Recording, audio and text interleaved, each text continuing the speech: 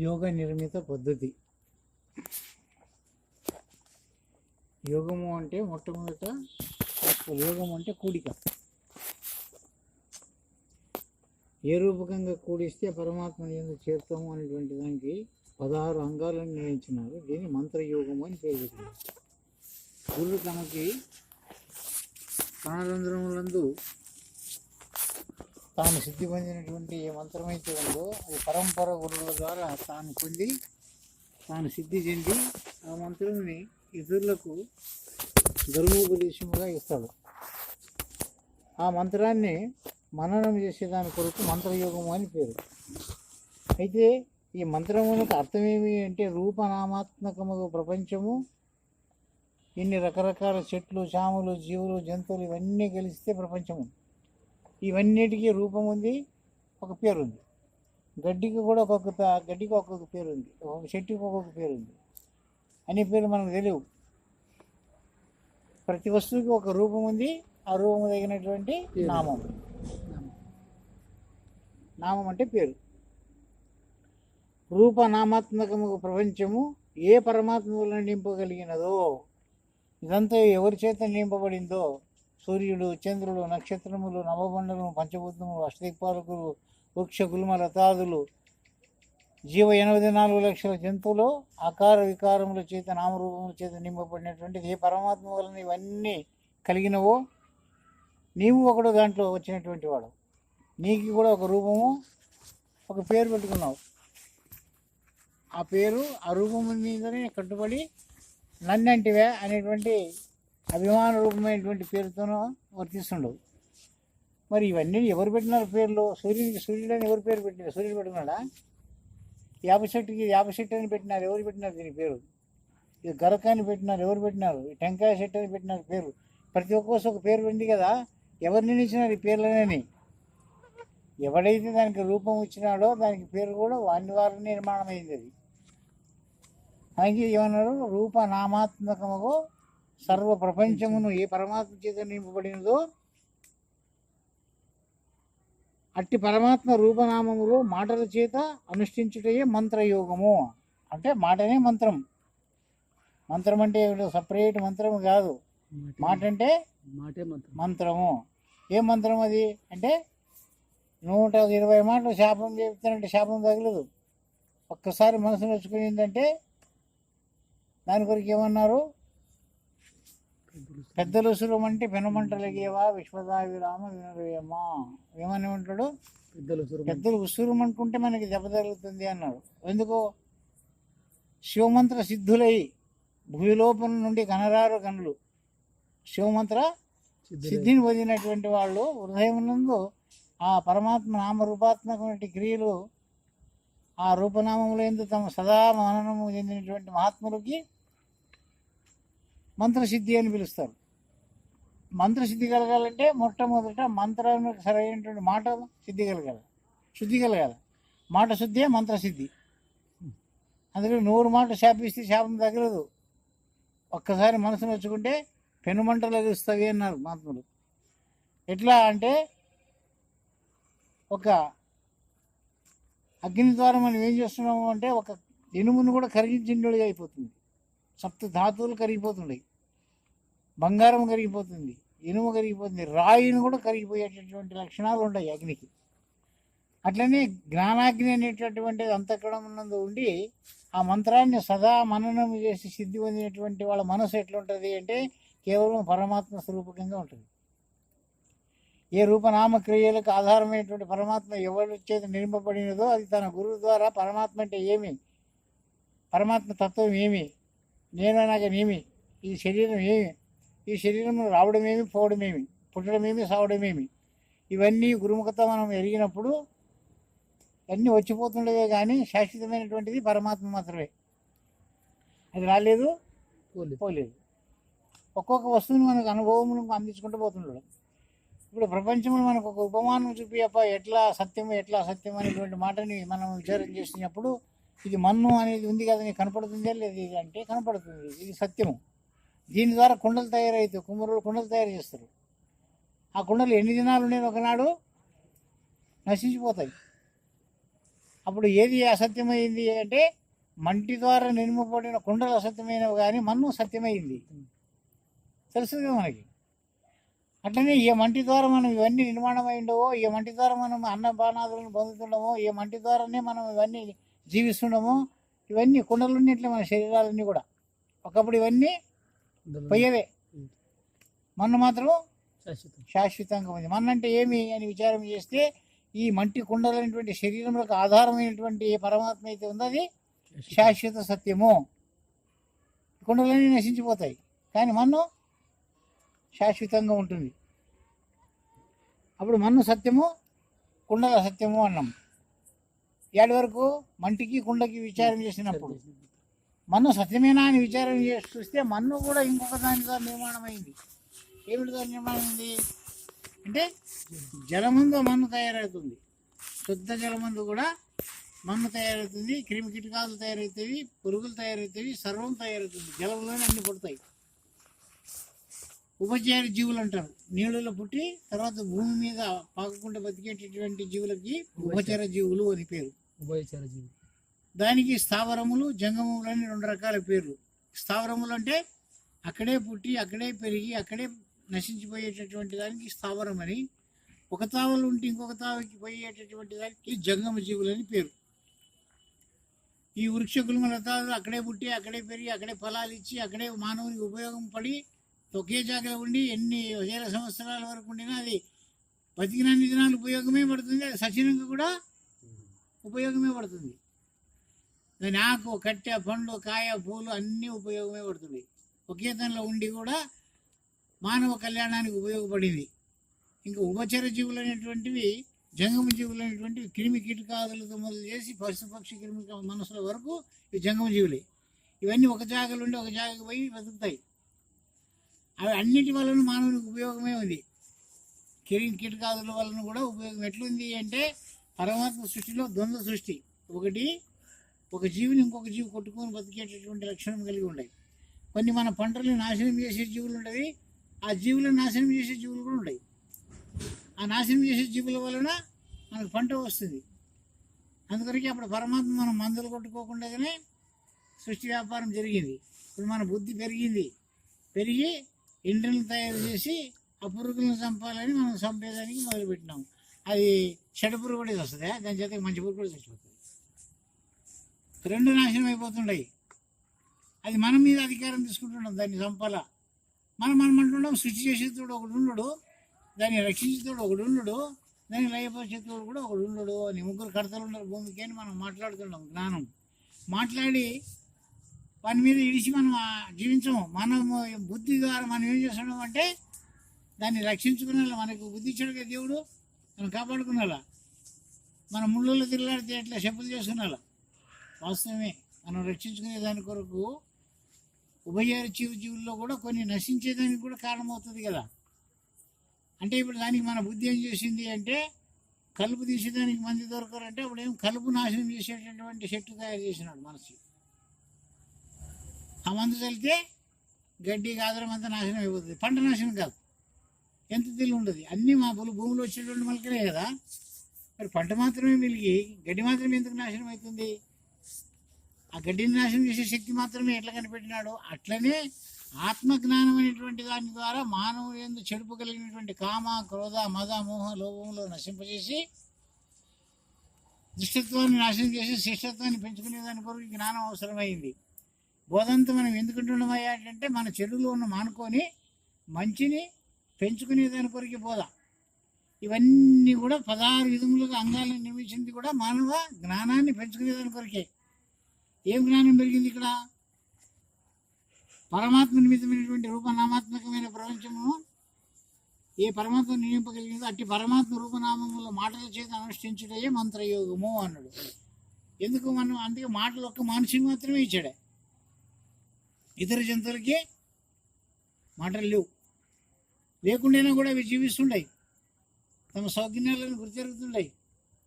కాకులు కావు అంటవి, అంబా అని పశువులు అంటవి, పిట్టులు ఒక్కొక్క జాతికి ఒక్కొక్క రకమైనటువంటి శబ్దం ఉంది, దాని యొక్క అనుగుణంగా అవి ఆచరణ చేస్తుండే. మానవునికి ఇన్ని రకాల శబ్దాలు ఉండినప్పటికైనా 32,000 రాగాలు ఉండే ఆయనకి. వాటికి తగిన రోగాలు కూడా ఉన్నాయి. ఆ మాటలని సద్వినియోగపరుచుకునేది ఉంది, దుర్వినియోగపరుచుకునేది ఉండదు. పంటలు మాత్రం బాగా పండించుకునేలా, గడ్డి తీయాలా, గడ్డి తీస్తేనే పంట వస్తుంది అని మాత్రం తెలుస్తుంది మానవునికి. కానీ అంతకంటే ముందు చెడు విషయాలు, చెడు ఆలోచనలు, చెడు సంకల్పాలను తీయాలని ఎందుకు కాదు? పోయి తెలియనప్పటికైనా వచ్చి తెలుసుకున్నప్పటికైనా వినినప్పటికైనా దాన్ని చెడు తెలుసుకుని వదిలిపెట్టినారా? అట్లా ఉండవా? మరి ఎవరి కొంపలో వాళ్ళు చూసుకుని అలా మంది కొంపలో చూడండి ఇవ్వాలి మనం. వాడు బాగలేడు, వీడు బాగలేడు, వాని కొంప అట్లయింది, వాడు చెడ్డవాడు, వీడు చెడ్డవాడు, వానికి అహంకారం ఇడవలేదు, వానికి ఇడవలేదు. ఆ గాడిది నీకు ఇడిసిందే లేదా? నీవు చూసుకో మొదలు. నీ ఇల్లు నువ్వు స్కిమ్ చేసుకో. పెద్దలు చెప్పింది అందరి కొరకు, మనం తెలుసుకునింది మన కొరకు. ఎన్ని విధములు మనం చేసుకునేప్పటికైనా మన కొరకు. గడ్డి తీసేది కూడా మన కొరకే, పంట పండించేది మన కొరకే, సంపాదించుకునేది మన కొరకే. సుఖంగా జీవించాలనేది మనమే. జగత్తంతా జీవించాలని కోరుకున్నారా? వాళ్ళు ఋషులను కోరుకున్నారు. సర్వే జన సుఖినో భవం, సర్వే సంతు నిరామయం, సర్వే భద్రాన్ని పశ్యంతులు, మా కష్ట బాగుబగి అని వాళ్ళు సంకల్ప పురుషులు, సిద్ధి పురుషులు. వాళ్ళు 16 విధములుగా ఆత్మతత్వాన్ని తెలుసుకొని లోక కళ్యాణాన్ని కొరకే చెట్లు కనిపెట్టించినారు, విజ్ఞానం కనిపెట్టినారు. ఖగోళ శాస్త్రం, భూగోళ శాస్త్రం, పంచాంగము, మంత్రయోగము, తంత్రయోగము, అంతరయోగము, స్వతంత్ర యోగాలను కూడా కనిపెట్టి మనకి ఇచ్చినారు. కుతంత్ర యోగం మనలో పోలే.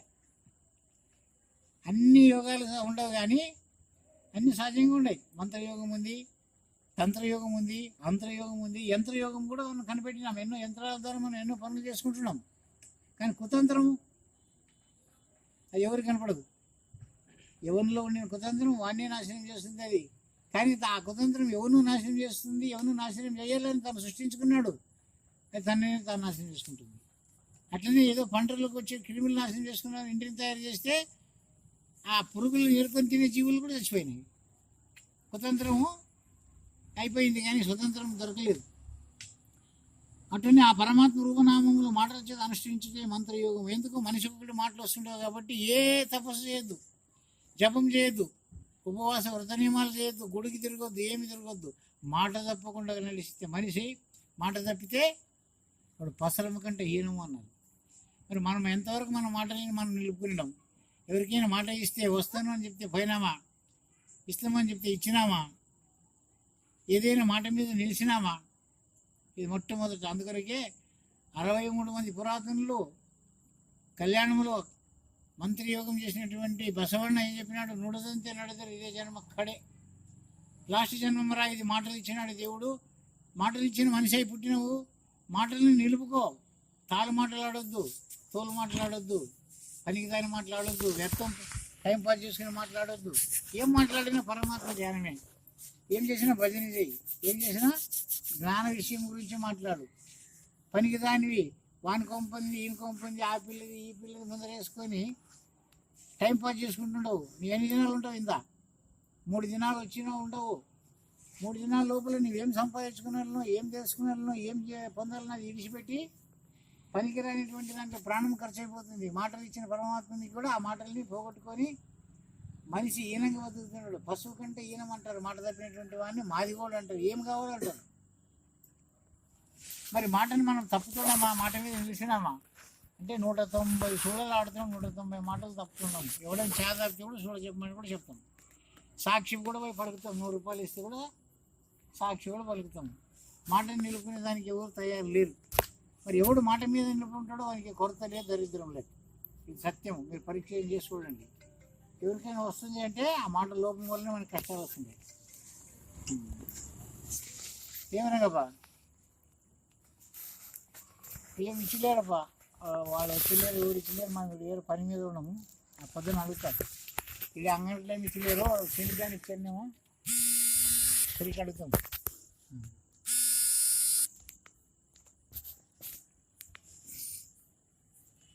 మాటల్ని ఎట్లా మాట ద్వారానే మంత్రయోగం అవుతుంది అన్నారు. ఎందుకు అవుతుంది అంటే మాటల ద్వారా మరణం కూడా అవుతుంది. ఒక్క మాట ద్వారానే జీవనం నాశనం కూడా అవుతుంది. మాటల ద్వారానే జగడాలు వస్తుండయి, మాటల ద్వారా స్నేహాలు పోతుండయి, మాటల ద్వారా స్నేహాలు పెరుగుతుండయి. మంచివి కూడా మాటల ద్వారానే ఉండవి, చెడువు కూడా మాటల ద్వారా ఉండవు. ఒక్క మనిషికి కలిగిన ఈ మాటని అహంకారం వలన నాశనం చేసుకుంటుండవు. ఎవడన్నంటే కూడా అనిపించుకునే దానికి తయారు లేడు తను. ఎవడని ఏమని కూర్చుకోకలేప, నా మాట మీద నేను ఉండానా లేదా, నా ధర్మాన్ని నేను పాటిస్తున్నానా లేదా, నేను సత్యంగా వర్తిస్తున్నానా లేదా, గురువాక్య పద్ధతికి నేను జరుగుతున్నానా లేదా అనేటటువంటిది తనను తాను చూసుకున్నామంటే మందిని చూసుకుంటాడు. వీడు వాడు బాగలేడు, వీడు బాగలేడు, మొదలు నీవు బాగలేవు. ప్రపంచంలో ఎవరు బాగలేరు అంటే అందుకొరకే చెప్పినారు, ఒక కథల రూపంగా మనకు అందించినారు. కృష్ణుడు దుర్యోధనని పంపించినాడంట, ఒక మంచోని తీసుకుందా జ్ఞానిని అంటే. దుర్యోధనుడు దేశమంతా ఎత్తికొచ్చినాడంట, ఎవరిని చూస్తే చెడ్డదే కనపడిందంట. ఎందుకంటే వాడి మొదలు చెడ్డడు కాబట్టి, దానికి వాడు ఎట్లా అట్లే కనపడింది జగత్తంతా. వచ్చి కృష్ణుడు చెప్పినట్ట, బావా జగత్తంతా ఎదిగి చూస్తే కూడా ఒక్కడు మంచి లంచి కొడుకు దొరుకుతాడు, అందరు యాదానుడు దొంగన కొడుకులే ఉండరు, అంత గబ్బ కొడుకులే ఉండరు, అంత ఇంత నానే మేలు అన్నాడంట. నాకంటే ఈనంగానే ఉండదు జగత్తంతా, తన గొప్పతనం మీద తను చెప్పుకునేవాడు. ధర్మరాజు చెప్పినాడంట, ఒక షడ్డం తీసుకొని దారా యజ్ఞముఖి కావాలని. వాడు మంచోడు కాబట్టి ఎవరి దాంట్లో మంచిగా కనపడుతుంది, షెడ్ అనేటువంటి దాన్ని కనపడలేదంట ధర్మరాజుకి. వచ్చి కృష్ణుడు చెప్తాడు, బావా ప్రపంచంలో ఏదో ఎంత షెడ్వాడైనా ఏదో ఒకటి కొంచెం మంచిది ఉండే ఉంటుంది అన్నది, కానీ మనం చూసే విధానంలోనే ఉంది. మనం ఏం చేస్తున్నాము, మంచి ఉండే ఉంటుంది, ఆ మంచి కూడా మన షెడ్ది మనకు కనపడుతుంది, మన షెడుపు మనకు మొదలు కనపడుతుంది, మరి మంచి మాత్రం మనకు కనపడేది. కాబట్టి ఇతరుల మంచిని ఎంచు, నీ చెడుని తెంచు అన్నారు పెద్దలు. ఇతరుల మంచిని ఎంచంటే పొగుడు, వాళ్ళకి చెడుతనాన్ని వాళ్ళకి పొగిడిపోవద్దు. నీతో ఉండిన చెడుతనాన్ని తెంపుకో. ఇంక నేనేదో తప్పు నాలో ఉన్నా దీన్ని సరిదిద్దుకునాలని ప్రతినిత్యము పశుం చేసుకుని పశుం చేసుకున్నట్టేనే. కుళ్ళు వసంగ తత్వం రాసినాడు, ఒక్కలిగాను నువ్వు ఒళ్ళేతనమ్మ ముక్కన్న శివనేందు తిಳುకొళ్ళేరమ్మా అని చెప్పి అతని ఆత్మతత్వానికి మొత్తం బోధించినాడు. ఒక్కడు ఎవరయ్యా అంటే ఆత్మని ఒక్కలిగాడు అన్నారు, శని శరీరం అన్నారు, ఇంద్రియములు ఎద్దులు అన్నాడు, అతను ఈ కసువే షడ్డు గుణాలు అన్నాడు. ఒక తత్వం నుండి అదే చూపించినాడు మొత్తం. కళివే తెగదు అసనమాడి అల బిత్తెదను శివ మంత్రవ్యంబువ ఫలవ నా పడేదనయ్యా. ఏం తీసుకుంటావంటే ఆ గురుడు ఇచ్చినటువంటి మంత్రంని ఈ స్వచ్ఛం చేసుకునే దానికి అది మంచి పంట పండే, దానివల్ల నాకు మోక్షము కలిగే, ఆనందము కలిగే, సంపత్తు కలిగే, పుట్టినదానికి నా జన్మ సార్థకమాయా అన్నాడు. మన జన్మేం సత్వమైంది. ఈనిపోయినప్పటికైనా కూడా మనలో ఉండేటువంటి చెడుతత్వాలను మానేదానికి మనం ఎవరు తయారు లేనేలేము. మంచిని పెంచుకునేదానికి చాలా కష్టపడాలా, చెడ్డది పెంచుకునేదానికి ఏం కష్టపడే అవసరం లేదు, ఒక్క నిమిషంలో అయిపోతుంది. మంచోడు కావాలంటే అందరితో మెప్పించుకునేలా, అన్నీ సహించుకునేలా, అన్నీ సహన శక్తి కలగల్లా, కోపం పోవల్లా, నీచుడు అనేటువంటి స్థితి వచ్చినప్పటికైనా కూడా నక్కుంటూ పోయేటువంటి సమర్థత అంతఃకరణకు రావాలా, అంత ఓపిక కావాలా. వాడు మనగాడన్నారు. ఎవడయ్యా మనగాడంటే అన్ని కష్టములకు ఓర్చి ఓపికతో ఉన్నవాడు మనగాడు.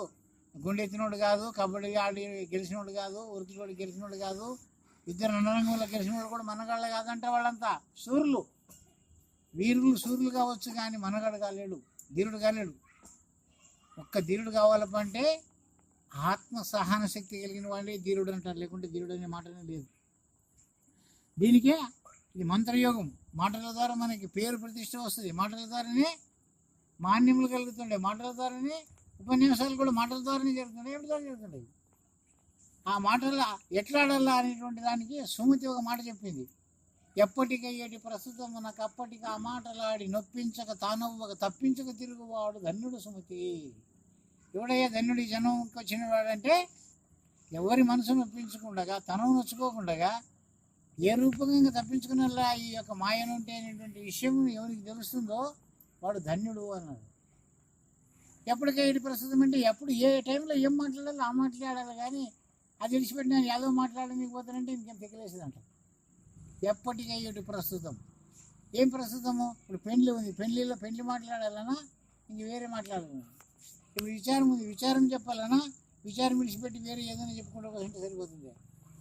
ఎప్పటికయ్యేటి ప్రస్తుతం అంటే ఎప్పుడు ఏం జరుగుతుందో అప్పటికి ఆ మాటనే, అది ఇంత అయిపోయిన తర్వాత మళ్ళీ అదే మాటని గురించి మళ్ళీ పట్టించుకుంటారు. సందర్భం వచ్చింది, కలిసినాం, 4 మాట్లాడుకున్నాం, చేదాగినాం, విషయం అయిపోయాయి. మరి పదే దాని గురించి వాని గురించి ఆలోచించుకుంటున్నాము, అది మాట పద్ధతి కాదు.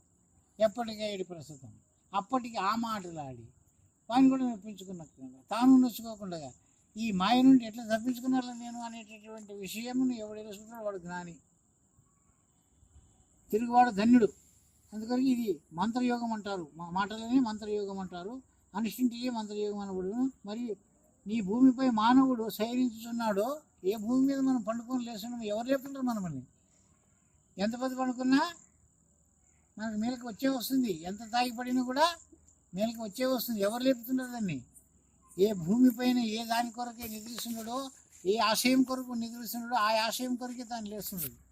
అంటే ఆకలి అయినప్పుడు ఆ నొప్పిపోడు లేస్తుంది. ఎంత రోజులు ఉంటుంది? బుద్ధకి వెళ్ళినప్పుడు ఎంత రోజులు ఉంటుంది? అప్పుడు నిద్ర రాదు, కూడి కొరకైనా లేయాల. ఏ భూమిపైన శయనించున్నాడు ఆ భూమి యొక్క ఆశయము చేతని లేచుతున్నాడు. అట్లు నామమునందు నామము, రూపమునందు రూపమును లయము చేయనట్టు ధ్యానమునకు మంత్రయోగం అని పేరు. నామమునందు నామము, రూపమునందు రూపము. అందుకొరికి మనకు మంత్రములు బోధించి బాగా స్పష్టంగా మనకు అర్థమయ్యేటట్టు చెప్పారు. గురు రూపమును మనం ఫోటో పెట్టుకున్నారు, ఎందుకంటే మీరు గురు రూపము ప్రతినిత్యం ఆ రూపములో నీ రూపములు ఏం లేదు. నామము అంటే ఏ మంత్రం అయితే చెప్పినాడో ఆ మంత్రమునందు మనస్సును లయపరచాలి. నామమునందు నామము, రూపమునందు రూపమును లయపరచుటయే మంత్రయోగము. మంత్రయోగం అంటే అర్థమే, మనం ధ్యానం చూసినప్పుడు ఆ ఫోటో కూడా కనపడినట్లు కావాలి, మనం ఉండమా లేదనే స్థితి కూడా మనకు తెలియకుండా పోవాలి. అది మంత్రయోగం అవుతుంది. మనం ఫోటో కూర్చొని జపమాల పట్టుకొని కూడా మందిని గురించి ఆలోచన, శేని గురించి ఆలోచన, వ్యాపారం గురించి ఆలోచన, ఎంత లాభం వచ్చే, ఎంత నష్టమా, ఇదే లోపల మనసు బలంతో ఉంటే మంత్రయోగం అవుతుందా? అది ఎన్నడూ మంత్రయోగం అనిపించుకోదు. మంత్రయోగం అంటే ఆ మంత్రం తప్ప వాడు ఇంకొక దిక్కు అని గమనం లేనటువంటి స్థితియే మంత్రయోగం. అందుకే దానిని 1000 మాటలకు మరవద్దు, 1,000,000 మాటలకు మరవద్దు అంటాడు ఎవరు? శివరామ దీక్షితుడు. ద్వాదశ షోడశ మంత్రములు ఎప్పటికీ నీ మధ్య ఉంచాల. అయితే ఒక స్థితి కలిగేదాని కొరకు గురుమాల మంత్రము. ఎందుకు గురుమాల మంత్రంలో ఏముంది? ఓం నమః అనేటువంటి అర్థం మనం తెలుసుకుంటే ఓంకారమే ఈ భూమండలం అంతా వ్యాపించుకొని ఉంది అని దానికి నేను నమస్కరిస్తున్నాను అని. ఎవరికో కాదు నేను నమస్కరించేది, దామనా అంటే అతనికే అంతటి ఎందు నా రూపమునందు రూపము, నామనందు నామం ఆ పరమాత్మని వ్యాపించుకొని ఉండేటటువంటి అఖండాత్మ జ్ఞానం కలిగినటువంటి వాడు అభిమాన రైతులే నమస్కరిస్తాడు. అభిమానుడు ఏం చేస్తాడు? నాకు మొక్కలే చూడు, నిన్నెవడు మొక్కుతాడు? దున్నపోతా అది ఉంది కాబట్టి మొక్కుతుంటాడు అందరూ. ఎవరు? ఆ పరమాత్మ తత్వం అందరూ ఏంది ఉందని ఎవరికి ఎరకైందో వాడు నమస్కారం అన్నా నమస్కారం అనుకుంటూ దాటుకుంటూ పోయినవాడు ఎంతోమంది మహాత్ముడు. నానేటి మొక్కలు వాడు వాడే మొక్కలు నిన్న మాట్లాడలేడు, నేను కొట్లాడినా నాకు నమస్కారం అనేట్లేదు. గురుపుత్రులు ఒక గురు శిష్యులయ్యి కూడా మూతులు తిప్పుకొని నిమ్మని ఎగురుకొని పోయేటటువంటి అభిమానములు వదిలిన వాళ్ళు ఆయన గురుపుత్రులు అయిన వాళ్ళే. అభిమానములు గంటేసుకునేటువంటి వాళ్ళు వీళ్ళంతా అభిమానం పోయిన వాళ్ళు కాదు. అభిమానం పోయిన వానికి శత్రుడు అయితే కూడా నమస్కారం అన్నా. వాడు ఎన్ని జనాలు నిన్ను గుర్రం చూసాడు, ఎన్ని జనాలు అన్నట్లుంటాడు. నీ ఏటికి ఎంత లేచిన అహంకారి కూడా నాశనం అయిపోతాడు, పడిపోతాడు. శరణాంతో నీకు మరణం ఇల్లని చెప్పారు శరణులు. నీకు మరణం లేదురా, వాడు అనుకుంటా అనలేదు నమస్కారం అన్నాను. వాడు అనుకుంటా ఏం నన్ను అంటారు ఇల్లు నా జనం వాడే మొక్కనని అనుకున్నాను. వాడు నాశనం వాడవుతాడు కానీ నీకు మరణం లేదు. ఈ భూమి యొక్క ఆశయం చేతులు లేచున్నాడట్లు నామనందు నామము, రూపమునందు రూపము. అందుకని మన గురువులు ఏం చెప్పినారు, ధ్యానములు కూడా చెప్పినారు. ఏం చెప్పినారు? చూపు రూపుల రెంటిలో చూపు నిలిపినప్పుడు చిత్కళై వెలుగు నదియు నాదు బిందు కళ. ఈ శబ్దము, స్పర్శ, రూపరసగము అనే విషయాలు ఏంది ఉండేటువంటిది ఆ పరమాత్మ నామమే. అందరి ఏంది ఉండింది ఆ శ్వాసనే, అందరి ఏంది ఆ మనసే. అయితే వారి ప్రత్యేకింపబడినటువంటి ఆత్మ వలన మనస్సు, బుద్ధి, చిత్తమైన అహంకారమైన అంతఃకరణ చతుర్షంగంలో వాడు పాడైపోయినారు. కానీ నీకు గురుమూర్తి ద్వారా జ్ఞానం తెలిసింది కదా, నీవు జ్ఞానం నుండి పాడైపో.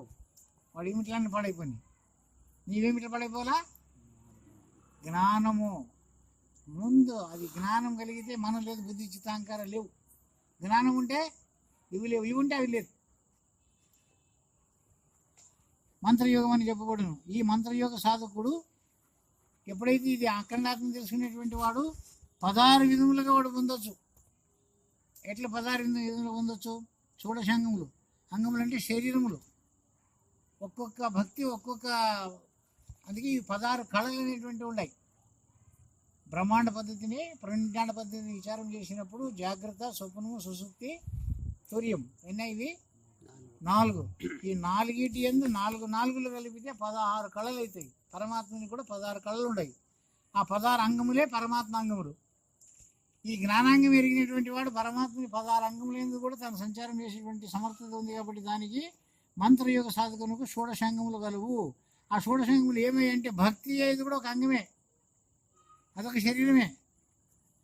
మరి దాని శుద్ధి ఆసనము, పంచాంగ సేవ, ఆచారము, ధారణ, దివ్యదేశము, నిర్ణయము, ప్రాణక్రియ, ముద్ర, తర్పణము, యజ్ఞము, బలి, యాగము, జపము, ధ్యానము, సమాధి అనున్నవి మంత్రయోగ షోడశాంగములు. ఈ 16 అంగములో 12 అంగములు బహిరంగంగా ఉండేవి, 4 అంగములు అంతరంగంగా ఉండేవి. 16 అంగాల్లో 12 అంగములు బహిరంగంగా ఉండేవి, 4 లోపల ఉండేవి. మొత్తం 16. భక్తి నియమను భయము చేత కూడిన ప్రేమ భక్తి, ఇది అంతరము. నీ భక్తి ఉంది అనేది మాకు ఎట్లా కనపడుతుంది? నీ నామములు చూసి, నీ బొట్లను చూసి నీ భక్తుడు అనుకుంటాం, అంతేగాని భక్తి అంటే అంతఃకరణకు సంబంధించినటువంటిది భక్తి. భక్తి అంటే భయము చేత కూడిన ప్రేమనే భక్తి. టెంకాయలు భయం చేత కూడిన టెంకాయలు కొడితే అది కూడా భయం చేతనే చేస్తున్నాము. స్థూలంగా సూక్ష్మంగా పరమాత్మ విషయంలో నేనేం తప్పు చేస్తున్నానో, నేనేం తప్పు మాట్లాడుతున్నానో, నేనేం తప్పు నడుస్తున్నానో, ఏం తప్పు చూస్తున్నానో, నేను తప్పు వింటున్నానో అనేటటువంటి భయము కలిగి ఉండాలా. ఇష్టం వచ్చిందా వినడం కాదు, ఇష్టం వచ్చిందా తినడం కాదు, ఇష్టం వచ్చినట్లు నడవడం కాదు, ఇష్టం వచ్చిన కాడికి పోవడం కాదు. భయం అనేటువంటిది నా అంతఃకరణం వల్ల నేను తప్పు మాట్లాడతానా, ఎవరికైనా నేను తప్పు వ్యవహారములు చేస్తానా, తప్పు చూపు చూస్తానా. పరమాత్మ సృష్టిలో ఉండేటువంటివి సుందరమైన ఒక స్త్రీ కనపడుతుంది. మరి దాన్ని చూసినప్పుడు నీ అంతకన్నా ఏమనిపిస్తుంది? అది నాకు కావాలనిపిస్తుంది. ఎందుకంటే నీలో నా ఆవరణ రూపంగా అన్ని నాకే కావాలనేటువంటి లక్షణాలు ఉన్నాయి. మరి భక్తి కలిగినటువంటి వానికి ఏం కనిపిస్తుంది? ఆహా, ఇంత శృంగారంగా పరమాత్మ ఎంత సృష్టి చేసినాడంటే వాడెంత శృంగారంగా ఉండొచ్చు అన్నాడు. ఈ బొమ్మనే ఎంత శృంగారం చేశాడంటే ఆ చేసినవాడు ఎంత శృంగారంగా ఉండొచ్చు. అప్పుడు ఆ బొమ్మ మీద ఆశపడుతుందా? ఆ బొమ్మను చేసిన మీద పడుతుందా? సృష్టిలో అనేకమైనటువంటిది శృంగారమైన వస్తువులు గడిపినప్పుడు ఆ పరమాత్మను ధ్యానించుకుంటాడు జ్ఞాని. ఆహా, ఎంత శృంగారం, ఎంత ఆనందం. పరమాత్మ ఎట్లా రచన చేసినాడు. కేవలం ఒక శిల్పిలోనే పోతావు. ఆ బొమ్మలను చూసి నువ్వు సంతోషపడుతుండవా లేదా? అప్పుడు శిల్పి తీసుకొస్తున్నాడా లేదా? ఒక ముక్కరాయి ఎవడైనా మంచిగా చేసినాడంటే దాన్ని చూసి ఎవరు చేసినారని మన పేరు అడుగుతుండారా లేదా? చేసినవాడు అడుగుండో ఏమో, ఎవరు చేసినారు దీన్ని, ఎవరు చేపించినావు అడుగుతారా అడగరా? మరి చేసినవాడు ఉన్నాడా? లేకపోయినా ఆ సృష్టి సౌందర్యాన్ని మనము స్మరిస్తాం, ఆ బ్రహ్మని మనం తెలుసుకుంటాం. అట్లాంటిది నాకే కావాలా, చెప్పి ఎవరు చేపించినావు, ఎవరు చేసినారు దీన్ని అని అడిగినట్లనే మరి సృష్టి అంతా ఎవరు చేసినారని ఎప్పుడైనా అడిగినావా? ముక్కు చేసిన ఎవరైనా అడిగినారా? ముక్కురాయి చేసిన అడిగితే కానీ మరి ముక్కేవాడు చేయకుంటే ముక్కురాయి ఆడబెట్టుకుంటుండేవి. అందరూ ముక్కురాళ్ళని అడిగితోళ్ళు ఉంటారు కానీ ముక్కుని అడిగితోళ్ళు ఎవరు లేరు. ఎందుకంటే ఆ పరమాత్మ ఈ ముక్కు సృష్టించకుండా ఉంటే ఇవిడికి ముక్కు రాయి పెట్టుకునే దాకుండే. అది మూలం. ముక్కు చేసినటువంటి వాడు మూలము, ముక్కు రాయి చేసినటువంటి వాడు బేరం, వ్యాపారం. వాడు అందరికి ముక్కులు, కన్నులు, కాళ్ళు, చెయ్యిలు ఇవన్నీ ఇచ్చినాడు కదా. మరి పరమాత్మని ఎప్పుడైనా స్వామి నీ దైవాలను చూస్తున్నాను అని అన్నవా? నీ దైవాలను మాట్లాడుతున్నాను అని అన్నవా? నీ దైవాలను కష్టపడుతున్నాను స్వామి, నీ ఇచ్చిన శక్తి వలన నేను జీవిస్తున్నాను అన్నవా? పోనీ నీ తినే అన్నమును కూడా నీ దైవాలను అరిగించుకుంటున్నాను అన్నవా? అన్నీ నాన్న తింటున్నాను, నాన్న అరిగించుకుంటున్నాను, నాన్న చేస్తున్నాను, నాను. మరి పరమాత్మని వలన ఇవన్నీ జరుగుతుండవురా మూర్ఖుడా. నిద్రపోయిన తర్వాత నువ్వు ఎక్కడ పోతావో కూడా తెలియదు. నీ శ్వాసను ఎవడు ఆడిపిస్తున్నాడో కూడా నీకు తెలియదు. వాడు ఆడిపించి శరీరం రక్షణ చేస్తున్నాడు కదా, జీర్ణింప చేస్తున్నాడు కదా, సర్వనాడీలకు అన్నరసం పంచిపెడుతున్నాడు కదా. మరి బోధకు వచ్చిన తర్వాత తెలిసినాకైనా పరమాత్మ నీ కృప వలన ఇవన్నీ జరుగుతుండవి అనేటువంటి సంతోషం పొందినావా? నా నిశ్చయంలో కొంటి ఇంత పెళ్లిళ్ళు చేసి ఇంతమంది కొడుకులు కంటి బిడ్డలు కంటి ధనం సంపాదిస్తే శాన దుడిస్తే శాన కష్టపడితేనే చెప్పుకుంటేవే కానీ ఇవన్నీ కలిగించేదానికి ఏ పరమాత్మను కృప వలన ఇవన్నీ కలిగినావని చెప్పి ఎప్పుడేమని స్మరించినావా? ఇన్ని చూస్తే కానీ స్వామి నిన్ను చూడలేదు, నా జన్మం ఇంతేనా, నిన్నెప్పుడు చూస్తాను, నిన్నెప్పుడు దర్శిస్తాను, నీ నామస్మరణం ఎప్పుడు చేస్తాను, నువ్వు స్మరించినావా? ఒక ముద్దటి అన్నం పెట్టిన వాడిని తలుస్తావు కదరా దరిద్రుడా. మాపో ఆకులు నిండపో, కడుపు నిండా పెట్టపో, సత్య దగ్గర మరువు కదప్పా. మరి ఇన్ని ఇచ్చినటువంటి వాడిని ఏమి స్మరించినావప్పా? ఎవడో 1000 రూపాయలు అప్పిస్తే వాడిని తలుస్తుండవే, కొనియాడుతుండవే, ధనుడు అంటుండవే. మరి ఇన్ని ఇచ్చినట్టే పరమాత్మని ఏమైనా ఎప్పుడైనా నువ్వు కొలిసినావా, అడిగినావా? నీ కృప వల్ల నీవన్నీ జరుగుతుండవు తండ్రి. నీ వేడుండవో ఏమో కనపడవు. అందరూ ఏదో పెట్టుకొని నేను ధ్యానిస్తుండరు, ఒక్కొక్కరు ఒక్కొక్క రకంగా ధ్యానిస్తుండరు. అవన్నీ నామరూపాలన్నీ కూడా ఈ సృష్టిలో వచ్చినటువంటివే, ఈ రాళ్ళలో సృష్టిలో వచ్చినటువంటివే, చెట్లు సృష్టి వచ్చినటువంటివే. చెట్లకు పూజిస్తూ ఉండరు, రాళ్ళకు పూజిస్తూ ఉండరు, కొండలకు పూజిస్తూ ఉండరు. ఎవరెవరు ఏ రూపకంగా నేను పూజిస్తుండరు, గాలిని పూజిస్తుండరు, అగ్నిని పూజిస్తుండరు, యజ్ఞం చేస్తుండరు. మరి నేను ఏ రూపంలో నీవు ఉండవని నేను పూజించాలా? అన్ని రూపంలో నీవే ఉండినప్పుడు, నీవు లేని చోటే లేదా అన్నప్పుడు ఏ రూపంగా నేను దర్శించేది, ఏ రూపంగా నేను తెలుసుకునేది? క్షణముకి మరవకుండగా, కన్ను ముచ్చినా, కన్ను తెరిచినా, కన్ను రెప్ప కదలకుండగానే ఆ పరమాత్ముని యొక్క స్మరణ జరిగిపోతుంది అని చెప్పినారు పెద్దలు. దీనికి మంత్ర షోడశాంగములు. ఈ భక్తి నియమనందు భయము చేత కూడిన ప్రేమ భక్తి అని చెప్పబడుతుంది. పరమాత్మ ఏంటంటే ప్రేమ అన్ని ప్రేమల కంటే గొప్పది. నీ పెళ్ళాము కంటే, నీ ధనము కంటే, నీ శరీరం కంటే కూడా పరమాత్మ ప్రేమ గొప్పది. ఎందుకంటే ఇవన్నీ పోతాయి. పెళ్ళాం పోతుంది, ప్రేమ పోతుంది, బాగా కండ ఉన్నంత వరకు ఇవన్నీ ఉంటాయి. ఎప్పుడైతే దానికి రోగం వచ్చిందో దాని ప్రేమ పోతుంది, ఈ శరీరం రోగం వచ్చిందో దీని ప్రేమ కూడా పోతుంది. అన్ని ప్రేమలు పోతాయి కానీ పరమాత్మ ప్రేమ పోదు. నీవు సచ్చేటప్పుడు కూడా ఆ పరమాత్మ నీకు రోగం వచ్చినప్పుడు నీకు ధ్యాసకు వచ్చి వస్తుంది పరమాత్మ. బాగా సుఖంగా ఉండినప్పుడు, పరుపుల మీద పండుకునేప్పుడు, మంచి మంచి తిన్నప్పుడు, స్త్రీలు సౌందర్య సుఖములను అనుభవించేటప్పుడు, ఆనందం పొందేటప్పుడు పరమాత్మ నీకు ధ్యాసకు తాడు. ఎన్నడైతే నీకు రోగం వస్తుందో, శరీర బాధ ఎప్పుడు కలుగుతుందో అప్పుడు స్వామి దేవుడా అని నీ అంతకు నీవే పలుకుతావు. ఎవడు పలుకురా అంటే కూడా పలికేయలేడు, తనంతకు తానే పలుకుతాడు. అప్పుడు పలకడా ఎవరు పలికించినప్పుడు? అప్పుడు భయం కలిగింది, నేను చచ్చిపోతానని భయం వచ్చింది, అప్పుడు పరమాత్మ ధ్యానం వస్తుంది. నీకు రోగం వచ్చింది, పరమాత్మ ధ్యానం వస్తుంది. కష్టం వచ్చినప్పుడు పరమాత్మ ధ్యానం వస్తుంది. సుఖమైనప్పుడు మర్చిపోతుంది. పరమాత్మ ప్రేమలో అధికమైనది.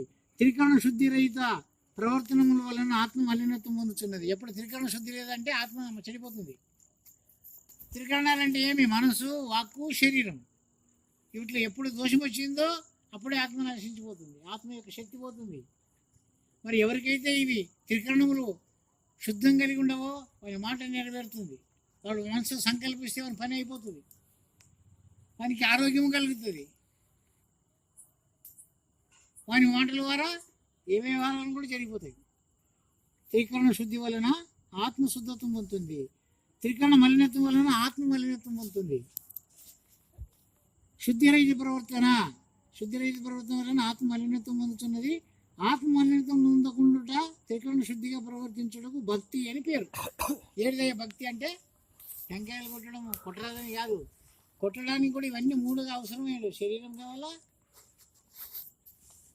మనసు కావాలా, మాట కావాలి. ఈ 3 లేకపోతే ఏ కార్యం జరగవు. స్థూలం కానీ, సూక్ష్మం కానీ, కారణం కానీ. ఈ 3 జరగాలంటే ఆత్మశుద్ధత్వం కలగాలి. ఆత్మశుద్ధత్వం కలిగితే అన్నీ సిద్ధించినట్లే. వాడు నీళ్ళు పోసుకుని కొన్నా కూడా పర్వాలేదు. కానీ ఆత్మ మలినత్వం పెట్టుకొని మీద ఎన్ని ఆచారాలు పెట్టుకున్నా, ఎన్ని వేషాలు కట్టుకున్నా, ఎన్ని బొట్లు పెట్టుకున్నా, ఎన్ని దండలు వేసుకున్నా, ఎన్ని రుద్రాక్ష మాలలు వేసుకున్నా ఆత్మ మలినత్వం చెందినటువంటి వాని కార్యములు ఎప్పుడు సిద్ధించవు, చెడిపోతాయి. ఎప్పుడైతే ఆత్మ త్రికరణ శుద్ధిగా వర్తిస్తుందో అది నిజమైన భక్తి. వాడు టెంకాయ కొట్టే అవసరం లేదు, వాడు మొక్కేది కూడా అవసరం లేదు. వాని మనసు పరమాత్మ అయిపోయింది, వాని శరీరం పరమాత్మ అయిపోయింది, వాని మాట పరమాత్మ అయిపోయింది. శుద్ధి స్నానం వలన శరీర శుద్ధి అవుతుంది. స్నానం చేస్తే ఏమవుతుంది?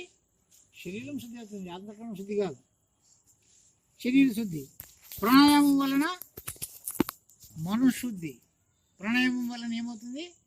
ప్రాణం యొక్క ఆయామం తెలిసినప్పుడు మనసు అనేటువంటిది బయటికి పోదు. తాడుకు కట్టేసిన ఇట్లా వస్త్రం ఎట్లా కట్టేసారో అట్లా ప్రాణమునందు మనసును లయపరచాలనే దాని కొరకు శ్వాసోశ్వాసాల యందు మనసుని లయం చేయుట ప్రాణశుద్ధి, మనశుద్ధి.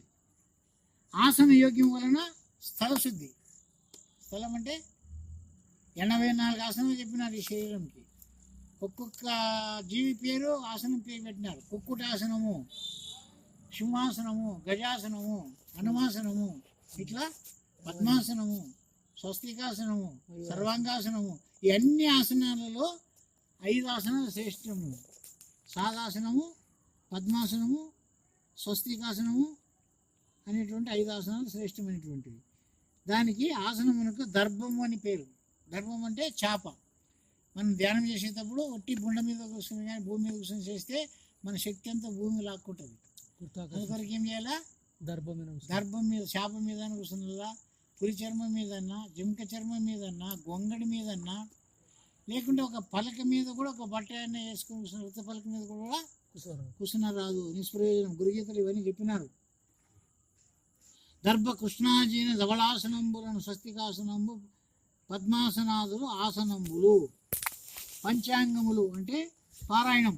నిత్యం ఏదో ఒకటి పారాయణం చేస్తుంటారు. గీతా పారాయణము, సహస్రనామములో లేక స్తవకము, కవచము, హృదయం. ఇవి గురుగీతలో చెప్పినారు. కవచం అంటే ఏమి, స్తవకం అంటే ఏమి, హృదయం అంటే ఏమి. వీటిని ఏ రూపంగా మనం ధ్యానం చేసేటప్పుడు కూడా శబ్దం చేస్తుంటారు. గంటలు కొట్టుకున్నా కూడా మంత్రానుష్ఠానంలో ముద్ర, ఆసనము, నియమము, కవచము, హృదయము అనేటటువంటి ఆయా స్థానములను ముట్టి పరమాత్ముడు ఇక్కడే ఉన్నాడు అనేటువంటి భావన మొట్టమొదటి గురుపుతులకు రావాల.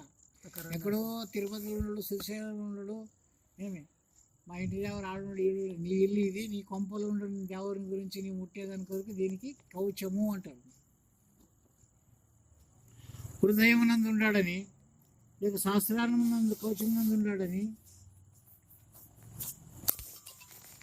ఈ పంచాంగ పారాయణమునందు గీతను ధ్యానం చేసేటప్పుడు కానీ, శాస్త్రనామాలు చేసేటప్పుడు కానీ స్తవకము అంటే దాన్ని తలుచుకునడము, కవచము అంటే శిరస్సు, హృదయము అంటే గుండె. ఇవి ఏంది పరమాత్మ ఉన్నాడు, ఇవన్నీ నడిపిస్తున్నాడు అనే భావం మొట్టమొదటి నీలోనే ఉండడం అనేది వస్తే మనసు ఎక్కడ పోదు. నీ ధ్యానం కూర్చొని ఆడున్నాడు దేవుడు, ఆసనంలో ఉండడు గురువు అనేటువంటి ఆ గురుడు నా హృదయం నందే ఉండడు అనేటువంటి మొట్టమొదట కవచం రావాల. దీనికి పంచాంగం అని పేరు. మరి బయట పంచాంగమునికి తిథి, వార, నక్షత్ర, యోగ, కర్ణ ఈ 5 కూడిస్తే బయట పంచాంగం. ఈ పంచభూతాలతో సంయోగమైనప్పుడు దీనికి ఆచారము, పంచాంగములు పారాయణము, గీతా శాస్త్రనామములు, స్తవకము, కవచము, హృదయం. దీనికి పంచాంగం అని పేరు.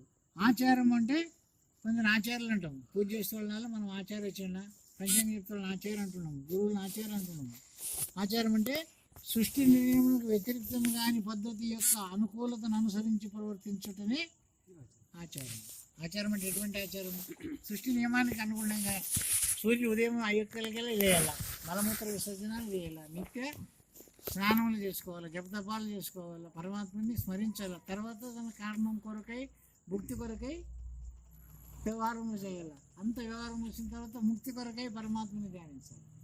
అయిపోయబ్బా నీ కార్యములన్నీ ముగించినాను, ఎవరికి కష్టం లేకుండా, ఎవరికి నష్టం కలగకుండా, ఏ అన్యాయం లేకుండా జీవనయాత్ర సాగించినాను, ఇక నాకు ముక్తిని ప్రసాదించు, నీలో నన్ను కలుపుకో, ఏ యొక్క దుస్వప్నములు లేకుండా నిర్వికారముగా, నిరేంద్రియముగా, నిత్య సత్యముగా నీలో చేర్చుకొని ఏ సంకల్పరహితంగా నన్ను జీవించేటటువంటి శక్తిని నాకు ప్రసాదించని పరమాత్మను ధ్యానించి నిర్ధరించాలా. నిద్ర నుంచి మేల్కొనేటప్పుడు ఏం చేయాలా, మేల్కొని పోయేటప్పుడు ఏం చేయాలనేటువంటిది కూడా ప్రమాణపత్రాలు మీకు రాసి ఇచ్చినారు. అవన్నీ సృష్టి నియమానికి వ్యతిరేకం కాని పద్ధతి అంటే సృష్టి ఇప్పుడు ఎట్లా జరుగుతుంది ఆ సృష్టి పద్ధతినే ఉండాలా. మనం పనులు పాటలు వేసుకొని పగలాలు పండుకొని రాత్రికి వ్యవహారం చేయడం కూడా సృష్టికి విరుద్ధము. అందుకని అయ్యవారు ఉపన్యాసాలు కూడా 10 గంటల లోపలనే క్లోజ్ పూజ, ధ్యానము, జపము. ఎవరి ఊరింటికి పోయినా కూడా రాత్రి నిద్ర కాసుకొని ఒకనాడు కూడా మనం చూడలేదు. అది పరమాత్మ పద్ధతికి విరుద్ధం అంటుండే. దాని పని ఇంద్రియాలకమ్మా. ఇప్పుడు ఆ పని దాని పని దానికే. మన పని ముగిసింది కదా, ఇప్పుడు అవిటికి కూడా మనం రెస్ట్ చేయాలి కదా. ఒక్కనాడు నిద్రపోలకుంటే మీరు చూడండి ఎంత నష్టమవుతుంది అని అడుగుతుంది. ప్రకృతి విరుద్ధంగా వర్తించినట్లయితుంటుంది కాబట్టి పరమాత్మ పద్ధతి విరుద్ధమే అది. నిద్ర కాసుకొని ఉండడం కూడా ఏమో అవసరం పడినప్పుడు కావచ్చు, కానీ ప్రతినిత్యం కూడా మన నిద్ర కాసుకోవడము, దినాం జపం చేసుకుంటాము, పూజలు చేసుకోవడం, భజన చేసుకుంటాము, ఇవన్నీ మన పరిపూర్ణ పూజలు లేవు. ఏమి అందరు తెల్లవారులు భజన చేస్తారు, మనం తెల్లవారులు భజన చేయాలి. తెల్లవారు దేవుడు దొరకడానికి దేవుని నియమమే నీకు తెలవలేదు. తెల్లవారులు నువ్వు ఉపవాసం కూర్చుంటే దేవుడు దొరకరా? పరమాత్మ పద్ధతి విరుద్ధం కానట్లు భోజనం చేసుకొని ఆరాం కూర్చో, బుద్ధ కాల్చుకొని కూర్చొని ధ్యాస అంతా పెట్టుకొని ఇక్కడ నువ్వేమిటావు వినదు. అందుకని 5 మొదలు భోజనం చేశారండి, విచారమేనండి. మీరు ఉపవాసం కూర్చుంటారా? లేయండి మొదలు ఏదంటే అంటుంది. ఎందుకంటే మీ ధ్యాస అంతా ఆడుంటుంది హోటల్ కదా. తినలేం అంటుంటారు, మొదలు వరి తిందరు. అసలు పరమాత్మ పద్ధతి విరుద్ధంగా ఆచరించేటువంటి మాటలు లేకుండా అతని దగ్గర. ఇది మనం అనుభవించినాం. సృష్టి నియమానికి విరుద్ధం ఇది. మరి స్వార్థరహితమైన వాక్కు మనం మాట్లాడితే కూడా ఏమో ఆశించి చెప్పడం బోధ, ఏమో ఆశించి పాట పాడడం, ఏదో ఆశించి కాదు, స్వార్థరహితంగా దాన్ని పాడుకోవాలా, చెప్పుకోవాలా. వాక్కు స్వార్థరహితమైన పరోపకారం. ఎవరికైనా ఉపకారం చేయాలంటే కూడా ఏదో వాళ్ళ దిగుంటే మనకు వస్తుంది అనే విషయంతోన మంది ఇవ్వడం కూడా, నాకు ఇంత ఇస్తారు అని ఆశ పెట్టుకొని ఇవ్వడం కాకుండా ఇవాడు ఏది ఇవ్వకపోని పరోపకారార్థం ఇదం శరీరం అన్నారు కదా. ఉత్త మాటలేనా నిజంగా చేస్తున్నామా అనే ప్రతినిత్యం మనం చూసుకోవాలి. దీనికి స్వార్థరహిత పరోపకారం, ప్రేమతో కూడిన అంతఃకరణ వృత్తి. అంతఃకరణంలో మనం వృత్తి ఏమో చేస్తున్నాం కానీ ప్రేమతోనే చేయాలి. దాన్ని యాసరికి వచ్చి బేకులేక చేసేటువంటి వ్యవహారం కాదు. ఏ పని చేసినా, ఏ గాసం ఉండినా ప్రేమతో. ఇది పరమాత్మ పని అనే చేయాలి. కానీ వాడు నాకేమో 50 రూపాయలు గాసం ఇస్తాడు తినమని చెప్పి చేస్తున్నాడనే మాట కాకుండా ఇది పరమాత్మ పని. వానికి కాదు, వానికి ఆ అధికారం కలిగించినాడు పరమాత్ముడు. రేపు నీవే దాని కావచ్చు అని కృప కలిగితే. స్వార్థరహితమైనటువంటి ప్రేమతో కూడిన అంతఃకరణ వృత్తి. ఈ త్రివిధ రూప ప్రవర్తనే సత్యము ఆచారం అని పేరు. ఇది ఆచారం కానీ ఏదో వేసుకొని ఏదో పూసుకొని చేసుకోవడం ఆచారం కాదు. కాదంటే అవి నిలిచిపెట్టి ఉంటారు. అది స్థూలానికి. ఇది నేను చెప్పేది సూక్ష్మానికి. మా గురువు అదన్నీ ఏం లేదు, స్నానం ఏం లేదని చెప్పాడే అని మనం దున్నపోతులకి ఎట్లంటే తింటాము, ఎట్లంటే అవన్నీ ఏం చేస్తాం, స్నానం ఏం లెక్కలేదు మాకు అనేటువంటి వాళ్ళు కూడా ఎంతోమంది ఉండరు. అయిపోయినారు మా దగ్గర. 13 శాంత అయ్యారైంటారు అనమాట. సత్యదాతలు కూడా తింటుంటారు. వాడు కూడా చచ్చిపోయాడు. ఏమిరా మీరు ఇట్లా గురుపుత్రులు తింటారంటే మాకేం లేదు అవన్నీ, మనం తినేయలేము, తినేది తింటుందని చెప్తున్నాడు గుండప్ప. నాకు వచ్చి అడిగిరి ఏం పని శిష్యులు ఇట్లా ఉండరు, ఎలకలను కూడా కాల్చుకొని తింటారు అంటే బంధువులు కూడా తింటారు అప్పుడు మనుషులు తిని దానికి ఏం కాదు. కానీ ఇవి అసలు మాకు గురుపుత్రులు అనే మాట ఏముండదు కదా. అది గురుపుత్రులు అయితే ఇవన్నీ ఏం చేయరు. వాళ్ళు గురుపుత్రులు కాదని చెప్పిస్తున్నారు. నిజంగా వాడు ఇన్లేడు, గురుబోధన ఇన్లేడు. ఇన్నుడు ఎప్పుడు ఇట్లా చేయడు. ధారణ. ఇష్టదైవం యొక్క ఆకారం అందు మనస్సు వ్యాపకమనొచ్చుట, తన యొక్క అంతర్బాహ్య విషయంలో ఎందు నిస్పృహ చెంది ఉండుట ధారణమనబడును. ధారణం అంటే తన ఇష్టదైవం, నీకు ఏ దేవుని మీద ఏ గురువు మీద ఉందో ఆ దాని మీదనే నీ అంతఃకరణంలో అదే ఉండాలా, బయట కూడా అదే ఉండాలి, వ్యాపకమే ఉండాలి. ఏమి చూసినా వాని రూపమే, ఏమి ధ్యాసించినా వాని ధ్యాసమే తప్ప ఇంకోటి లేకుండా ఉండడమే ధారణ. అది ఎంతవరకు దాన్ని ధరిస్తావు అంతవరకు సమాధి అవుతుంది. దివ్య చేసి నిర్ణయం. భూమధ్య స్థానమునందు మనసును నిలబెట్టుకుంటా, లేక ఆ గురువుని చూడుట, హృదయం నందు ఉంచుకున్నట, నాభ్యందు ఉంచుకున్నట, సహస్రారం మంది ఉంచుకున్నట, జీవేశ్వర జగత్తుకు మధ్యప్రదేశము. జీవేశ్వర జగత్తుకి మధ్యప్రదేశమే నాభి. అష్టదిక్కుల యందు ఏదైనా ఒక దిక్కు, పూర్వం కన్నా కూర్చో సుడుగా ఎక్కడ కూర్చొని పూజ చేయాలంటారు. అన్ని దిక్కులు వాడే ఉండడు. యా ముఖమని ఒక ముఖమై కూర్చో. దిక్కు కావాలంటే నువ్వు ఏదైనా ఒక దిక్కు ఒకటే పెట్టుకో. పూర్వం కూర్చుంటావా పూర్వంకే, ఉత్తర కూర్చుంటావా ఉత్తరకి. దీన్ని ఒక దిక్కు బదులు చేయొద్దు. దిక్కు బదులు కాకుండా ఒక దిక్కు, ఒక స్థానము, ఒక స్థితి. దీనికి దివ్య దేశం అని పేరు. పరదేశము ఉపదేశం అంటారు కదా, ఇవన్నీ ఉపదేశం ఇచ్చినప్పుడు వచ్చినటువంటివి ఇవన్నీ. దివ్య దేశం అంటే ఉపదేశం పొందిన వానికి అందరికి కాదు. భూమధ్య స్థానం మనస్సుని ఏకాగ్రత చేసి అక్కడనే గురువుని స్వరూపము ఉంచుకోవడము, లేక హృదయం నందు ఉంచుకోవడము, లేదా నాభేందు లేదా శాస్త్రారం నందు వాడే ఉన్నాడు ఇక్కడ అనేటువంటి లక్ష్యం అంతా అక్కడ కేంద్రీకరించడం. మీ ధ్యాస అంతా శాస్త్రాల మంది ఉంచడం, లేదా గురుమధ్య మంది ఉంచడం, లేదా హృదయం మంది ఉంచడం, లేదా నాభేందు ఉంచడం. ఇవి దివ్య ప్రదేశములు అని పేరు. దివ్య దేశములు. ఒక దిక్కు, ఏదైనా ఒక దిక్కు, నీకు ఇష్టం వచ్చిన దిక్కు కూర్చో. ఇవి దివ్య ప్రదేశములు. ప్రాణక్రియ, ప్రాణం అంటే ఉచ్ఛ్వాస నిశ్వాస రూపంలో జరిగేటువంటి దానికి ప్రాణక్రియ అంటారు. ఈ ప్రాణక్రియ నందు కూడా మన కర్మములన్నీ జరుగుతుంటాయి. ఉచలు పోసేటప్పుడు కూడా ముక్కుల శ్వాస బంద్ చేసినే ఉచలు వస్తుంటాయి. చెవి తీసుకొని కూర్చుంటే కూడా మలమూత్ర విసర్జన చేసేటప్పుడు కూడా ముక్కుల శ్వాస బంద్ అయితేనే వస్తుంటుంది. మాట్లాడేటప్పుడు కూడా ముక్కుల శ్వాస బంద్ అయితేనే మాటలు బయటకు వస్తాయి, లేకుంటే రావు. కాబట్టి ఒక్క ప్రాణమే మాట్లాడేదానికి, మలమూత్ర విసర్జన చేసేదానికి, అన్నం అరిగించేదానికి, ఆరోగ్యం చెందించేదానికి, నడిచేదానికి, కూర్చునేదానికి ప్రాణమే ఆధారం. కాబట్టి ఆ ప్రాణ ప్రక్రియ ఎట్లా జరగాలంటే ప్రాణాయామం అని తెలియవలనది. అదే నేను చేసేటువంటిదంతా కూడా ప్రాణాయామం అని స్వయంగా మళ్ళీ దాన్ని కొంతమంది ఉచ్ఛ్వాస నిశ్వాసాలని అంతర్కుంభకం బాహ్య కుంభకం అని చేసి యోగం సాధిస్తారు. పరిపూర్ణ ప్రబోధయంలో నీవు కూర్చుంటే యోగమే, నిలబడితే యోగమే, మాట్లాడితే యోగమే, ధ్యానం చేస్తే యోగమే, నగితే యోగమే, నిద్రపోతే యోగమే. సర్వయోగము సమన్వయము, ఇది సహజ యోగము. దీన్ని ప్రాణక్రియ అని చెప్పినారు. ముద్ర, బ్రహ్మముద్ర. ఈ రెండు పిడికిలని బట్టి కూర్చోవడము, ఇది బ్రహ్మముద్ర. యోని ముద్ర, ఇది యోని ముద్ర. చిన్న ముద్ర అంటారు, మరి యోని ముద్ర అంటారు.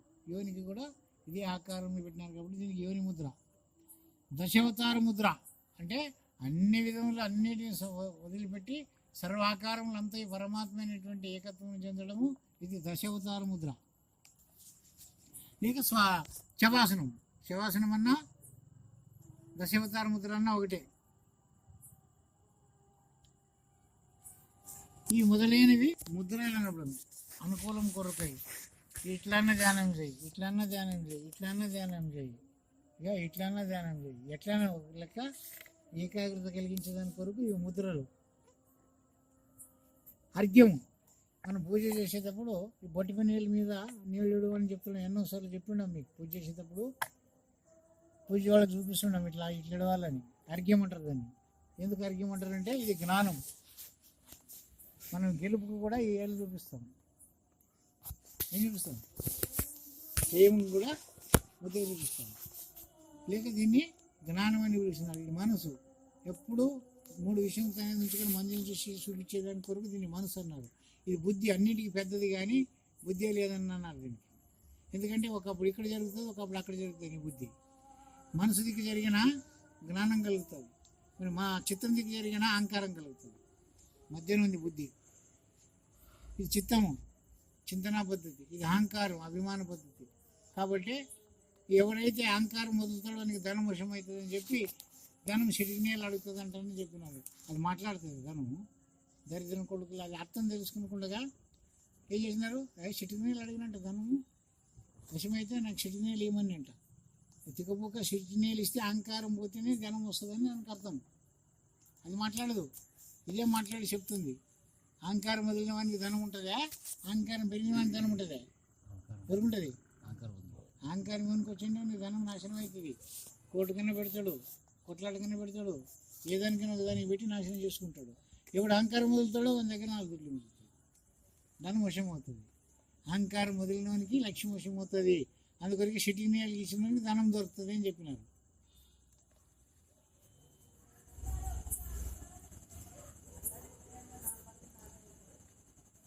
యజ్ఞము, మనుష్యాదులకు అన్నం ఇడుట యజ్ఞం అనకూడదు. ఇప్పుడు పూజ ఉంది అంటే బియ్యం ఇస్తుంటారు, ఎవరు ఏమైనా బేళ తెచ్చేస్తుంటారు, కాయగూరలు తెచ్చేస్తుంటారు, నూనె తెచ్చేస్తుంటారు. ఇవన్నీ కూడా ఎవరి కొరకు? ఇతరులు భోజనం చేసేదాని కొరకు. ఇతరులు భోజనం చేస్తే ఏమవుతుంది? అదంతా ప్రాణ ప్రక్రియకి జరుగుతుంది. కాబట్టి అది యజ్ఞం, అది పరమాత్మనికి అంకితం అవుతుంది. మనుషులకు ఇచ్చేదంతా. అందుకని ఏటలు కోసి మారేం పేరు చెప్పి తినను కూడా అది యజ్ఞము. మనుషులే తింటారు కానీ మారేం తినదు. గొర్రెపోతులు కోసుకొని తినినా కూడా మనుషులే తిన్నారు కానీ దేవరు తినదు. అయితే దాని పేరు యజ్ఞం అని, బలి యజ్ఞం. దీనికి ముందర చెప్తారు బలులని. యజ్ఞమునకు మనుష్యాలకు అన్నం విండుట యజ్ఞమానవుడను. బలి, అహంకార బలి, కామబలి, జీవబలి, ఆత్మబలి అనునవి బలులు అనబడును. అహంకార బలి అంటే తనను తాను చంపుకోవడం, ఎవరు ఏమనినా కూడా అభిమాన రహితంగా వర్తించడం అహంకార బలి అంటారు దాన్ని. కామబలి కోరికలు ఎవరు లేకుండా, ఏ కోరికలు లేకుండా ఉండేటటువంటి దానికి కామబలి. స్త్రీని కోరడు, ధనమును కోరడు, నేను ఉండాలనడు, ఇది నాకు కావాలని కోరుకోడు, అదే వస్తే తింటాడు లేకుంటే లేదు, ఇది తినాలా ఇది తినరాదు అనేటువంటి స్థితి లేని వానికి కామబలి అంటారు. జీవబలి మేకపోతుల్ని, కోళ్ళని, దున్నపోతులని ఇవన్నీ దేవుళ్ళని పేరు చెప్పి బలి ఇచ్చేటువంటి తింటున్నాడు కదా, ఇవన్నీ కూడా మానవుల యొక్క ఆహారం కొరకు ఉపయోగిస్తున్నాడు కాబట్టి ఇవన్నీ జీవబలులు అంటారు. ఆత్మబలి అంటే ఎన్ని కష్ట నష్టాలు వచ్చినప్పటికైనా తన ఆత్మను చంపుకొని ఇతరులను బాధ పెట్టుకోకుండా తనే బాధలు పొందేటటువంటి వానికి ఆత్మబలి. తపస్సులు చేసే వాళ్ళందరూ కూడా ఆత్మబలి చేస్తుంటారు. శరీరం నీకు ఉపవాసం చేసే వాళ్ళంతా ఆత్మబలి. ఆత్మ దుఃఖపడుతుంది, శరీరం దుఃఖపడుతుంది. ఆత్మ సంతోషంగా ఉండాలంటే ఆహారం ఇవ్వాల. మరి దానికి ఉపవాసం పెడితే బలి ఇచ్చినట్లేనా, దుఃఖపడినట్లేనా, ఆత్మ దుఃఖపడినట్లేనా, సంతోషపడినట్లేనా? ఉపవాసం చేసేవాళ్ళు కానీ, తపస్సులు చేసేవాళ్ళు కానీ, తీర్థయాత్రలు చేసేవాళ్ళు కానీ, వీళ్ళందరూ కష్టపడి శరీరం ద్వారా వ్యవహారం చేసేవన్నీ ఆత్మకి దుఃఖమవుతుంది, శరీరం దుఃఖమవుతుంది. ఆత్మ కులపడుతుంది, లోపల ఉండేటువంటి ఆత్మని దుఃఖపడుతుంది, ఆత్మని సంతోషపడుతుంది. కానీ శరీరం కాదు, శరీరము ద్వారా వ్యవహారం జరుగుతుండదు అంతే. ఇవన్నిటికి బలులని పేరు.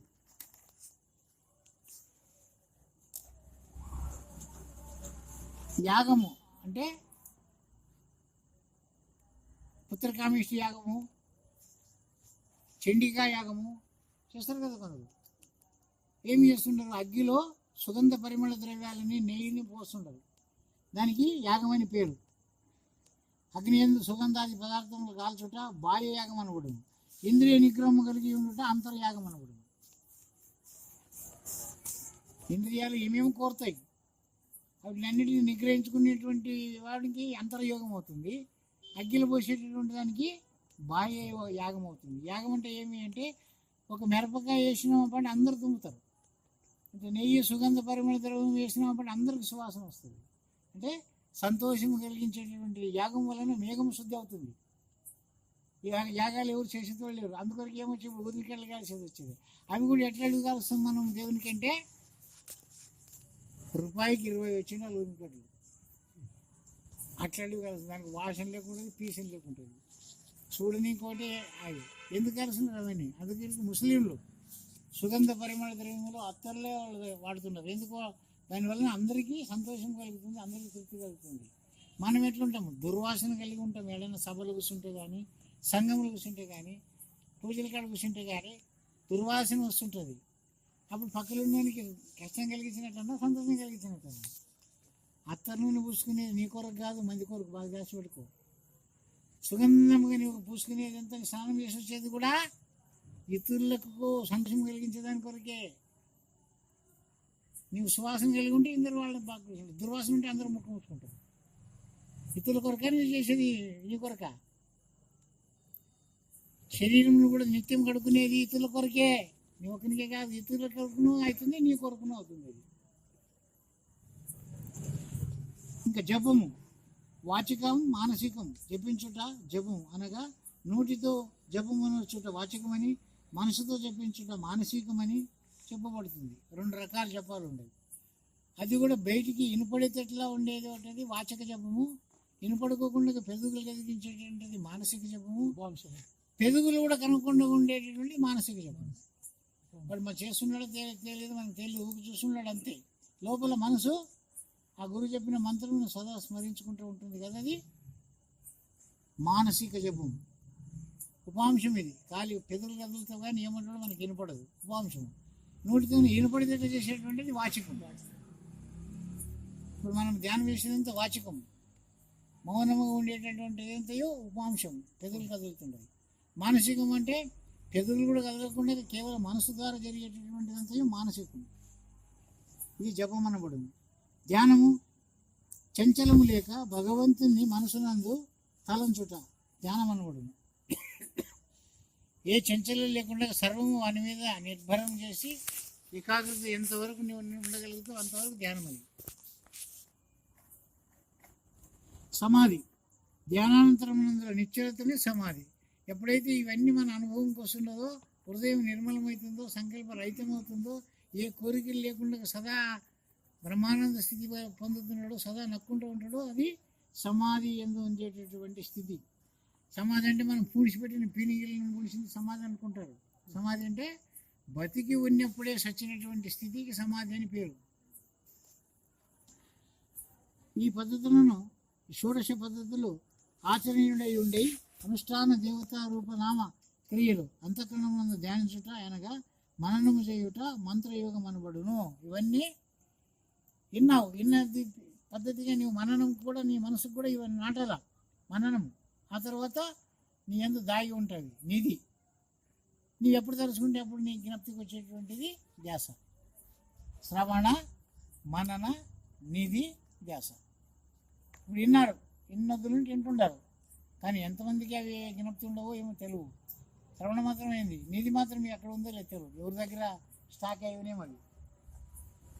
మరి ఎవరి దాని గురించి మళ్ళీ మననం చేసుకుంటారు. ఇంటికి పోయినాక కూడా ఏం చెప్పాను ఆయన, మనం ఏమి ఉండాలా, ఎట్లుండాలా అని మళ్ళీ దానికి నేర్పుతనం కావాలా. దీనినే పెద్దలు నేర్పవాలి జీవాత్మకి. ఇప్పుడైనా నేర్పండి. అప్పుడు నేర్పుకుంటే నేర్పలేదు. గురుధర్మం పొందిన తర్వాతైనా నేర్పండి. నేర్పి ఏం చేయాలి? ఇప్పుడు నేర్పితే నీవు సక్రమంగా నీ ఆచరణను చూస్తే నీ పక్కల వాడు వస్తాడు. ఏమి మీ ఆచరణ ఎంత బాగుంది కదా, మీరు ఇంత బాగా నడుచుకుంటున్నారు కదా, అసలు మీకు ఎట్లా తెలిసింది, ఎవరు చెప్పినారు మీకు అని మీ ద్వారా గురువు యొక్క కీర్తి. అప్పుడు గురువుని ఎత్తుకుంటూ వస్తారు, మాకు చూపియండి అని. శివరామ దీక్షితుడు ఒక దొమ్మరాయమ్మ ఆవిడ ఇల్లు కాసినాడు, గురువుని చూపించమని చెప్పి 6 నెలలు ఎంట తిరిగినాడు. సీజన్ ఎవరికి మా భూమయ్య ఆ ఆట ముగించుకొని సీజన్ మూసుకొని పోతాము. అప్పుడు దాంటే అంతవరకు ఆవిడ ఇంటికి కాసుకొని ఇంటికి పోయి తిరిగినాడు. తిరిగితే ఆవిడ మొగుడు తెచ్చినది కాబట్టి ఆ ఎరకలోడని పెట్టుకున్నాడని చెప్పి శివరామ దీక్షితుని పువ్వుకు పక్కన కొట్టారు. మామూలు కొడతారు ఎవడన్నా ఆడదా కూడా పోతుందంటే. అందుకొరకే ఆచరణ విచారణ ఎందు జాగ్రత్త. పోరాని చోటికి పోరాదు. పోరాని చోటికి పోతే ఏమవుతుంది, రానాడు బాధలు వస్తాయి. మామేం గురుపుత్రులు, మరి గురుపుత్రుడే ఆవిడకి మొగుడు లేదు, నీ వాడిపోయి దినాం కూర్చుంటే ఈ ఊరోళ్ళే అంటారు నిన్ను. అంటారా లేదా? నేను మొగుడు లేడు, ఈ పడకో కంటపడాడు అంటారు. నువ్వు పోవద్దు. అక్కను అమ్మను దునియాను లోకం ఏమంటుంది?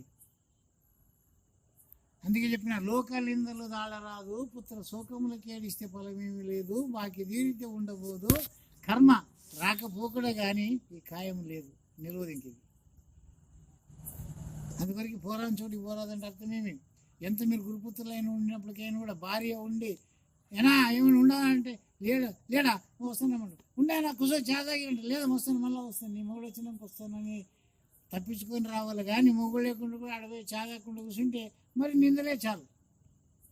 వీటిని జాగ్రత్త. ఏడ కూర్చున్నాలా, ఎవరితో మాట్లాడాలా, ఎంత మాట్లాడాలా, ఎట్లా మాట్లాడాలా, ఎట్లా నడుచుకున్నాలా అనేటటువంటిది ప్రజ్ఞ కలిగి జీవించాలా. పెద్దలకి అపకీర్తి వచ్చేటట్లు నడుచుకోరాదు. పెద్దలు కీర్తి వచ్చేటట్లు నడుచుకున్నప్పుడు మాత్రమే గురుపుత్రుడు అయిందని సార్థకము. అది లేకుంటే నువ్వు దినం 10 రూపాయలు ఇచ్చి మొక్కిన కూడా దండగా, దినం పూజ చేసి కూడా దండగా.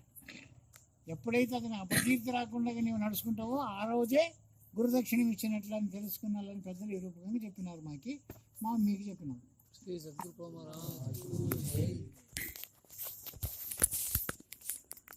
వీడేమో గురువుకేమో 100 రూపాయలు పెట్టి మొక్కుతారు, ఆడపోయి కాసి థూ అనిపించుకుంటారు. అప్పుడు ఏం చేయాలి గురువు?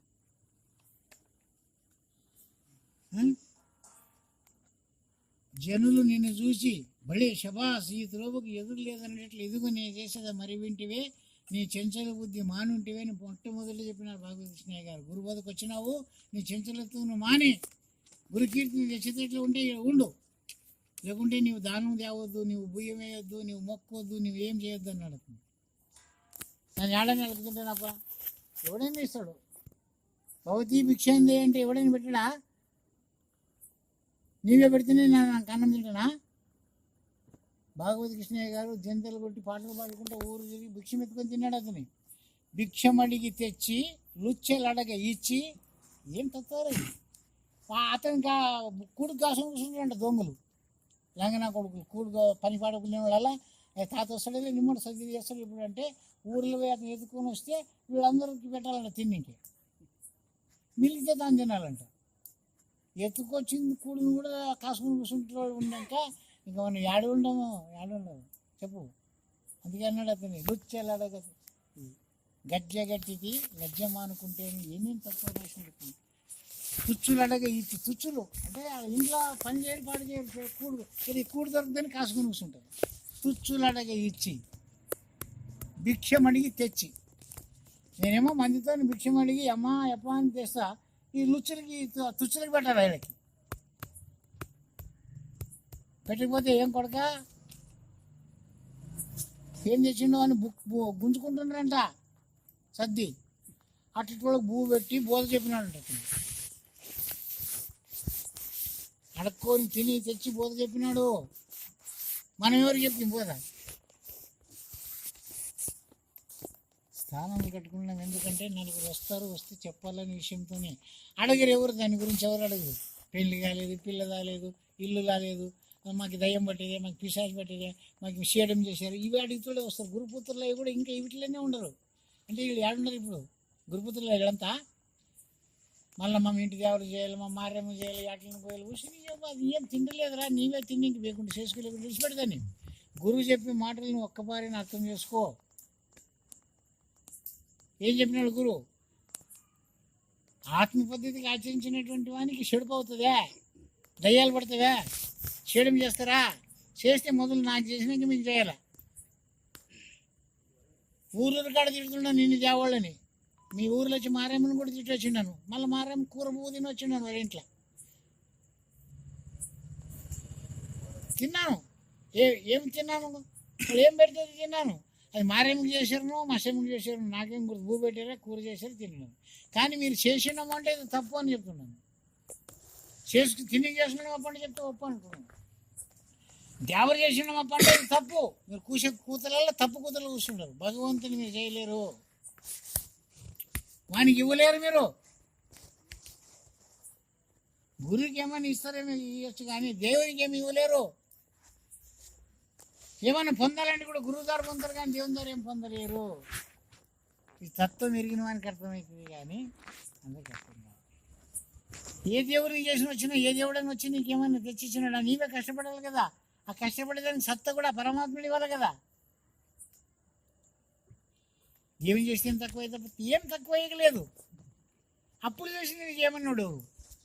రోగం వచ్చింది సాయి, కొడుకు చేస్తాడు సాయిని. ఎవరికి ప్రాణం ఇచ్చినాడో వాడే తీసుకుపోతున్నాడు. నీవు నిలబడతావా?